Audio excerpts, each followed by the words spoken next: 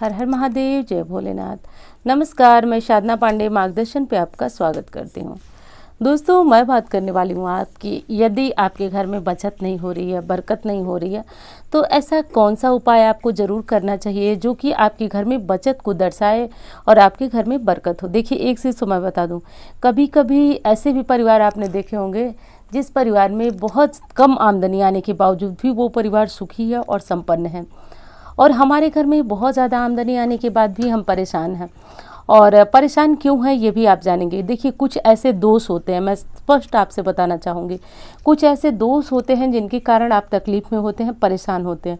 तो आज संपूर्ण निचोड़ लेकर मैं इस वीडियो में आई हूँ। यदि आप ये 3 नियम पालन कर लेते हैं, देखिए बहुत सारे नियम मैं बताई हूँ कि गाय को रोटी दीजिए, कुत्ते को रोटी दीजिए, ये सारे नियम आपको पालना चाहिए, बहुत ज़्यादा बेसिक है। लेकिन इसके बाद भी यदि आप परेशान हैं, यदि 2 साल हो गया, साल भर हो गया, आप गाय के लिए रोटी निकाल रहे हैं, कुत्ते के लिए रोटी निकाल रहे हैं, अमावस्या पूर्णिमा हर तिथि का ध्यान रख रहे हैं, और फिर भी घर में गरीबी बनी हुई है, फिर भी घर में पैसे नहीं है, जो पैसे आते हैं वो तुरंत खर्च हो जाते हैं। पैसे आने से पहले बजट बना होता है कि हमें कौन से पैसे कहाँ खर्च करना है, सब मिलाकर बचने के लिए कुछ भी नहीं है। यदि इस तरह की स्थितियाँ हैं तो आप सबसे पहले ये चीज़ देख लीजिए। ये चीज़ आप समझ रहे होंगे कि ये चीज़ साधारण बोलचाल की भाषा में इसको गोलक बोलते हैं। और यदि चीनी वास्तुशास्त्र की बात करते हैं, चीनी वास्तु में तो इसको कहा जाता है, बचत का प्रतीक माना जाता है। तो फेंग शुई वास्तु में भी इसको बहुत ज़्यादा महत्वपूर्ण माना जाता है, बचत का प्रतीक माना जाता है। तो खैर, मतलब इससे नहीं है कि आप क्या रखते हैं, बस ये समझिए कि एक ये होगा तो ज़्यादा अच्छा होगा। इसके स्थान पे आप कोई बटुआ रख सकते हैं, कोई डिब्बा रख सकते हैं, लेकिन ले लीजिए। अब इसको करना क्या है, देखिए 2 होना चाहिए, और 2 कहाँ रखना चाहिए ये मैं आपको बताती हूँ। सबसे पहली चीज़ तो एक आपको ऐसा गुल्लक ले लीजिए, और ये गुल्लक आप रख लीजिए अपने घर के जो मंदिर होता है वहाँ पे रख लीजिए। दूसरा गुल्लक आप कहीं भी रख सकते हैं, चाहे तो आप अपने बेडरूम में रख लें, चाहे किचन में रख लें, कहीं भी रख लें। अब ये तो बात मैं बता चुकी हूँ कि ऐसा आपको खरीद लेना है। ऐसी मिट्टी की भी बहुत सुंदर सुंदर सी गुल्लक आती है, तो वो ले लीजिए। पहले आपको याद हो, जो लोग पुराने जैसे हमारे समय में ये चीज़ें हम लोग ज़रूर प्रयोग करते थे, इसमें कुछ सिक्के डालते थे, कुछ नोट डालते थे। देखिए, यहाँ से डाला जाता है और यहाँ से इसको निकाल लिया जाता है। तो ये चीज़, और मिट्टी की जो होती थी उसको डायरेक्ट भरने के बाद फोड़ दिया जाता था, फोड़ने के बाद उसमें से पैसे वगैरह निकाल लिया जाता था। तो वो तो बचपन की बातें थी, लेकिन आज हम इसका प्रयोग करेंगे घर की बचत के लिए, बरकत के लिए। तो अब इसको करना क्या है, देखिए एक चीज़ मैं बता दूं कि हर व्यक्ति की आय अलग होती है, सबकी कमाई अलग होती है। कोई 10 रुपये कमाता है और कोई 10,000, कोई 10 लाख, सबकी कमाई अलग होती है। लेकिन जो मुख्य चीज़ सेम होनी चाहिए, बराबर होनी चाहिए, वो मैं आपको बताती हूँ। देखिए, शास्त्र कहता है कि हर व्यक्ति को अपनी कमाई का दशांश जो है कि दान करना चाहिए। दशांश यानी कि 10वां हिस्सा। तो देखिए, ये चीज़ मैं बता दूं, यदि मैं ये चीज़ कहूँगी तो आप तुरंत कहेंगी कि ना, ऐसा नहीं हो पाएगा, क्योंकि 100 रुपये का जो है कि 10वां हम नहीं दान कर सकते, या फिर दशांश हम अपनी कमाई का नहीं दे सकते, तो ये रकम बहुत बड़ी हो जाएगी। लेकिन आपको कुछ न कुछ दान करना चाहिए। अब कुछ कितना दान करना चाहिए वो मैं बताती हूँ। सबसे पहली चीज़ कि यदि घर में आपकी सैलरी आती है, तो चाहे वो किसी के माध्यम से आ रही हो, घर में कोई कमाने वाला हो, सबसे पहला काम तो आप कीजिए कि घर में कोई कुछ न कुछ पैसे, नोट, सिक्के कुछ ले करके आइए। प्रायः होता क्या है कि घर में जैसे ही सैलरी आती है, वैसे सारे काम जो है हम कार्ड से पे कर देते हैं, मोबाइल से पे कर देते हैं। लेकिन घर में कुछ धन लाइए, कुछ पैसे लाइए, क्योंकि शास्त्र में ये भी कहा गया है कि जहाँ धन है वही धन को खींचेगा, यानी धन ही धन को खींचता है। तो सबसे पहला नियम तो ये बनाइए कि घर में धन लाइए। और जो मुख्य बात मैं बताने जा रही थी वो क्या है, उस पर आते हैं। और अब आपकी सैलरी आ गई, आपने खर्चा करना भी चालू कर दिया, लेकिन अब आपको ऐसा नहीं करना है। यदि घर में बचत नहीं है तो खर्च करने से पहले आप जो पैसे मैं लाने को कह रही हूँ उसमें से कुछ पैसे निकाल लीजिए। आप बहुत ज़्यादा नहीं निकाल सकते, कमाई का 10वां हिस्सा आपको बहुत ज़्यादा लग रहा है, और लगता भी है लोगों को, मैं किसी एक की बात नहीं कर रही हूँ। तो अब उसमें से कुछ आप अपनी इच्छा के अनुसार, जैसे आप महीने में 200 रुपये आप दान करना चाहते हैं, तो आप निकाल लीजिए। 200 रुपये में से 100 रुपये इसमें डालिए और 100 रुपये इसमें डालिए, जो मैंने 2 गुल्लक बताया। अब इसका करेंगे क्या आप, तो 2 महीने, 1 महीने, 4 महीने में जब ये गुल्लक भर जाती है आप, तो एक को आपको क्या करना है कि भगवान के मंदिर में दान करना है, और दूसरे को आपको गरीबों में दान करना है। अब एक चीज़ मैं आपको बता दूं, ये चीज़ें आपको बड़ी छोटी लग रही होंगी, लेकिन एक चीज़ मैं आपको बता दूं, ये चीज़ें बरकत कराती हैं, बचत कराती हैं। क्योंकि एक चीज़ मैं बताऊं आपको, कभी भी आप खुद के लिए नहीं कमाते हैं, आपकी कमाई में बहुत लोगों का हिस्सा होता है, सिर्फ परिवार के लोगों का नहीं बल्कि उनका भी हिस्सा होता है। उनके लिए भी हमें नारायण पैसा देते हैं जो कि स्वयं भोजन नहीं कर पाते हैं या फिर उनके भोजन का इंतजाम नहीं हो पाता है।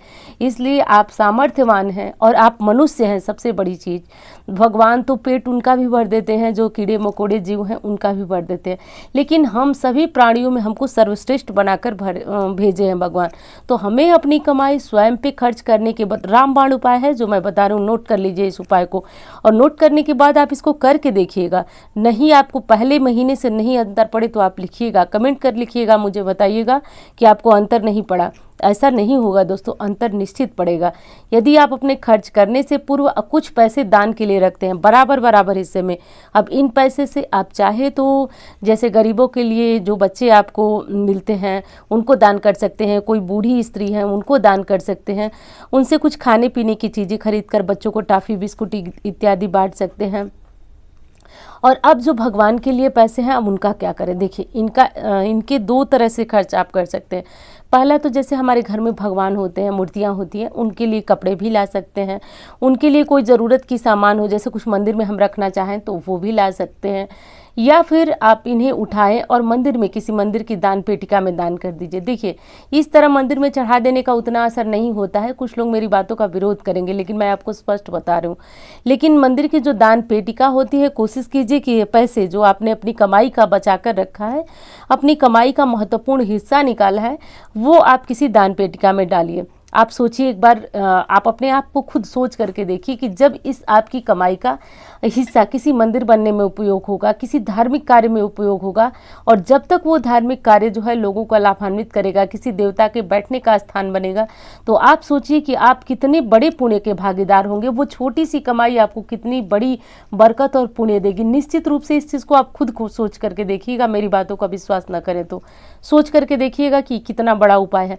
और दोस्तों जो लोग इस उपाय को आजमाए हैं आज वो बहुत ज़्यादा सुखी और संपन्न हैं। मैं ये नहीं कहूँगी कि आप अंबानी बन जाएंगे, लेकिन ये भी तय है कि आप अपनी आय से अधिक व्यय नहीं करेंगे, कर्ज में नहीं डूबेंगे और जितना कमाएंगे उसमें सुखी और संपन्न रहेंगे।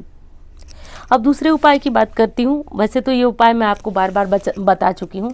अपने घर में जहाँ भी आप पैसे रखते हैं, ध्यान से देख लीजिए, तो जहाँ आप पैसे रखते हैं वहाँ 10 रुपये का नोट रखना शुरू कीजिए, उसको जमा करना शुरू कीजिए 10 रुपये का नोट। अब करना यह है दोस्तों कि जैसे मैंने बताया कि किसी भी गुरुवार से आप 10 रुपये का नोट रख लीजिए, कम से कम 2 नोट, 5 नोट, 4 नोट, जो नोट मिल जाए।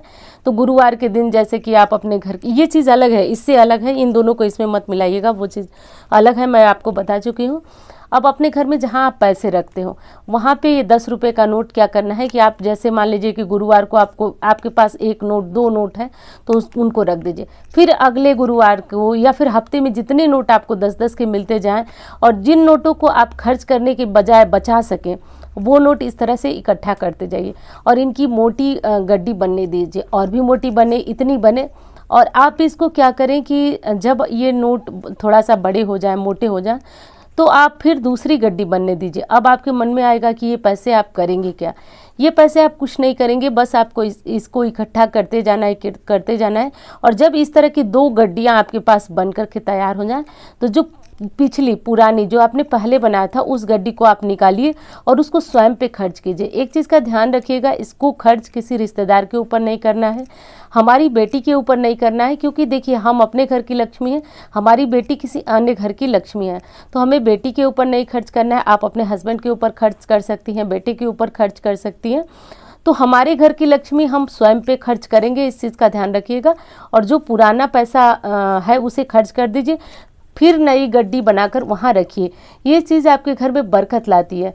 क्यों लाती है ये मैं बता रही हूँ। देखिए 10 का नोट वैसे ही मतलब एक शुभता मानी जाती है, और इस नोट को, ये जो मैं बात आपको बता रही हूँ, ये फेक सुई वास्तुशास्त्र से जुड़ा हुआ है, फेक सुई वास्तु से। तो इस चीज़ से बरकत बहुत तेज़ घर में आती है, आप देखेंगे कि धीरे धीरे समृद्धि आने लगती है। तो इसलिए ये उपाय तो आप आज से आजमा लीजिए। इसको मैंने किसी और वीडियो में बताया था, एक और वीडियो में, तो आप इस चीज़ को देखिए और तुरंत इस काम को करना शुरू कीजिए। और अच्छी बात तो ये है दोस्तों कि इनका प्रभाव जो है आपको 1 महीने के अंदर अंदर, ये दोनों उपाय जो मैं बताई हूँ उसका प्रभाव मिल जाता है। अब इस चीज़ को आप कीजिएगा, ये बहुत बड़ा उपाय है इसलिए मैं बता रही हूँ, लेकिन जो छोटे छोटे उपाय मैं बताऊँ, जैसे गाय को रोटी दीजिए, कुत्ते को रोटी दीजिए, चिड़ियों को पानी डालिए, दाना डालिए, चींटियाँ कहीं मिल जाए तो उनके बिल के पास शक्कर और आटा डालिए। देखिए ये सारे छोटे छोटे उपाय भी करते जाइए, अमावस्या पूर्णिमा इन तिथियों का ध्यान देते जाइए। लेकिन ये उपाय जो आपने यदि कर लिया तो घर से गरीबी जानी ही जानी है और घर में बरकत आएगी। एक साधारण बात बता दूं मैं आपको कि आप कुछ ना माने, लेकिन एक चीज़ समझिए कि आप अपने भोजन से पूर्व यदि किसी गरीब के लिए निकालते हैं, किसी जीव के लिए, किसी जानवर के लिए निकालते हैं, तो आपको सुखी और संपन्न होने से कोई नहीं बचा सकता है। निश्चित रूप से आप चाहे जितने भी दुर्भाग्यशाली हों, चाहे जितने भी आप पाप किए हों, वो पाप धीरे धीरे कट ही जाएगा, क्योंकि आपने दूसरों का पेट भरा। जो निरीह थे, जो बेजुबान थे, उनकी मदद आपने की। आपकी मदद नारायण करेंगे। वीडियो कैसी लगी बताइएगा ज़रूर। अच्छी लगती है तो लाइक किया करें। देखिए आपके लाइक से मुझे क्या होगा, मुझे बहुत बड़ी प्रेरणा मिलेगी और इस प्रेरणा से मुझे ये पता चलेगा कि वीडियो कैसी लग रही है, तो उस तरह की वीडियो आपको और ज़्यादा पहुँचेगी। और यदि अच्छी लगती है तो देखिए आप चैनल को सब्सक्राइब भी कर सकते हैं, क्योंकि शास्त्रों की जानकारी आपको इस चैनल पे मिलेगी।